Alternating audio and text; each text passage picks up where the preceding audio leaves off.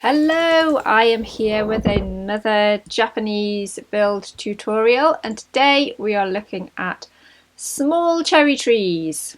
I haven't laid a tree out yet because I didn't want to just do one block for block, because by the time you get all the leaves on, it's quite tricky to transfer it from one build to another, which is what I have done in the past for these tutorials. Instead, I have laid out a couple of tree structures. We're just going to do a small tree here, and then we're going to have a look at the bigger tree over there, which I have prepared earlier.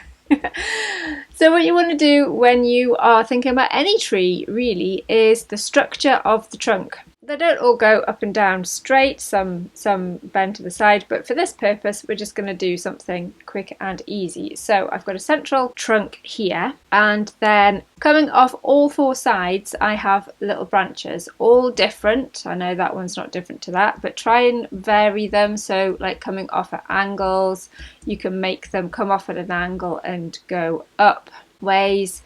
And I've got this one coming up at the top as well. Once you're fairly happy with your structure, you can start adding the leaves. Now for the cherry trees, for my cherry trees, I use pink wool, pink concrete powder and pink stained glass. With the concrete powder, you're going to have to remember that you can only put it on top of things.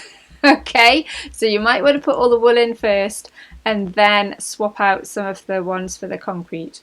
But what I'm going to do is I'm just literally going to place wool on all of the branches like that. I might leave that one. In fact, that one I might make into a pink stained glass. I do like using the stained glass near the branches and things, so then you can see through them. And I do also tend to use the stained glass on the outside bits.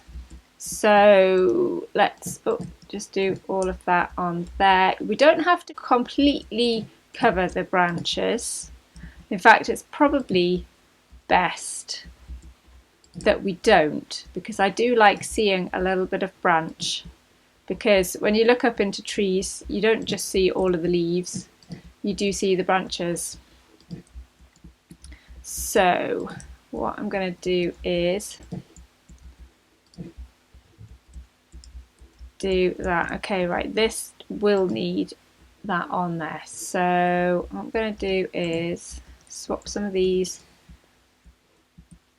for some concrete. In fact, I'm going to concrete powder, swap that. And then what I'm going to do, because small trees are actually fairly difficult to achieve making it look good. Whoops. What I'm going to do is make some of these bits on the top a bit wider, so then they're not just like little balls. So you're like fleshing out the blossoms a bit there. Let's do that. And then what you're also trying to do is trying to avoid square bits like this. So what I would probably do is, I do like using the glass on the edges like that, so that then it avoids, it gives it some shape, but it also doesn't make it too blocky, because obviously you can see through the glass. And probably put a little bit there as well, so it's not too flat on the bottom either. So you're just layering up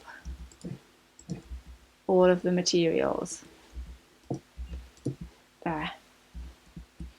And let's look at a bit blocky on that bit. Let's do that and that.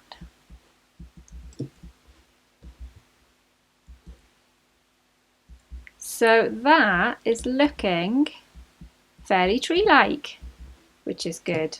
I'm going to take that out. I'm actually going to swap that for the concrete powder, because there isn't a lot of concrete powder around this bit.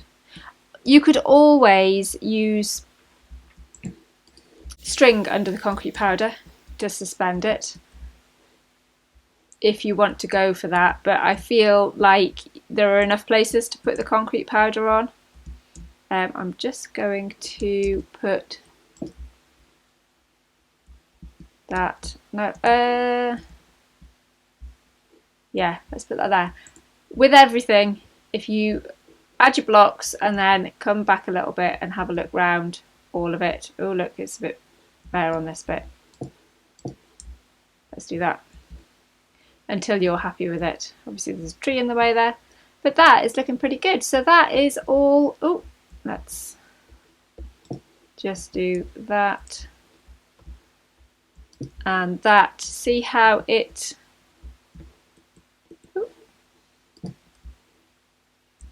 just covers up that trunk, but it doesn't cover it up completely. There is a little cherry tree.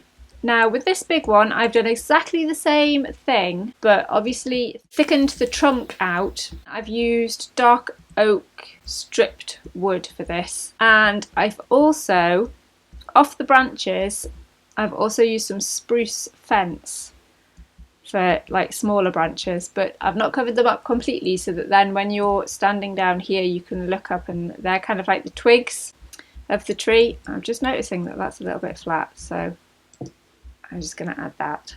And then again, it was just adding the wool around all of the branches and swapping some out for the concrete and adding the stained glass, and then just going round to see where is flat and where is not, like that.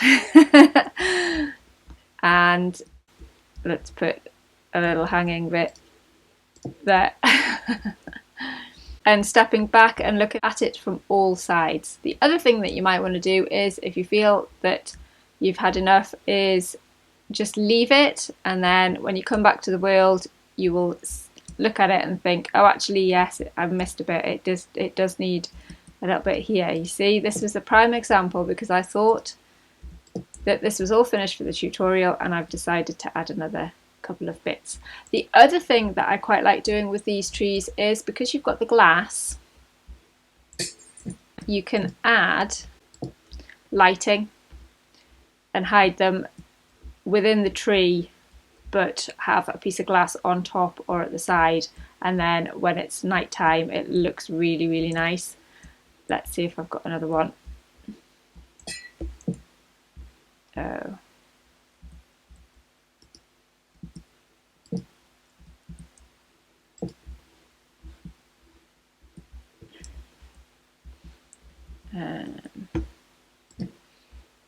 Obviously now I'm going to have to hide that in there. I can still see it from that angle. I've just set the time to night there just to show you what a beautiful effect that gives with just a few end rods hidden here and there in the blossom canopy.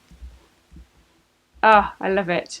That looks fabulous. You can also hang lanterns from them and hang end rods as well. I hope you've found that tutorial useful about how to make Japanese style cherry trees.